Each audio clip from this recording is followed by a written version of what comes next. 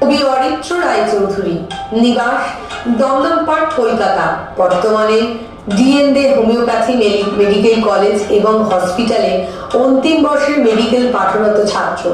ভ্রমণ পিপাসু লেখকের মূল লেখালেখি ভ্রমণ নিয়ে। তাছাড়াও কবিতা, গল্প, প্রবন্ধ লিখতেও তিনি সমানভাবে ভালোবাসেন। তার লেখার মূল উপপাদ্য বিষয় হল সমাজের বাস্তব প্রতিচ্ছবি। কবি নমস্কার, শুভ অপরাহ্ন। আমার লেখা কবিতা শব্দের কবিতা।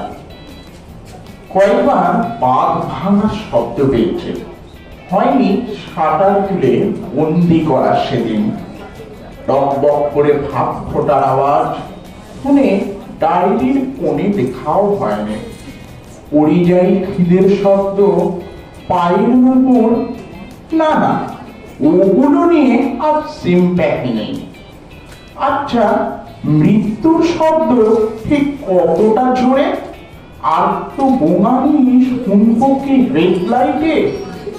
সবই কেমন যেন পান শুটে ম্যার ম্যারে, ঠিক গরম তেলে লুচি ভাজার মতো নয়। চশমা পরে শব্দ খুঁজি, কানে রাখি তুলো।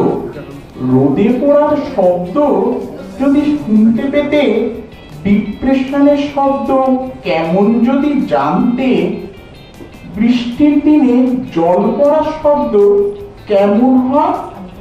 আচ্ছা, কবিতারও কি কোনো শব্দ আছে? ঠিক মন খারাপই বিকেলটার মতো, ঠিক মন খারাপের বিকেলটার মতো। ধন্যবাদ।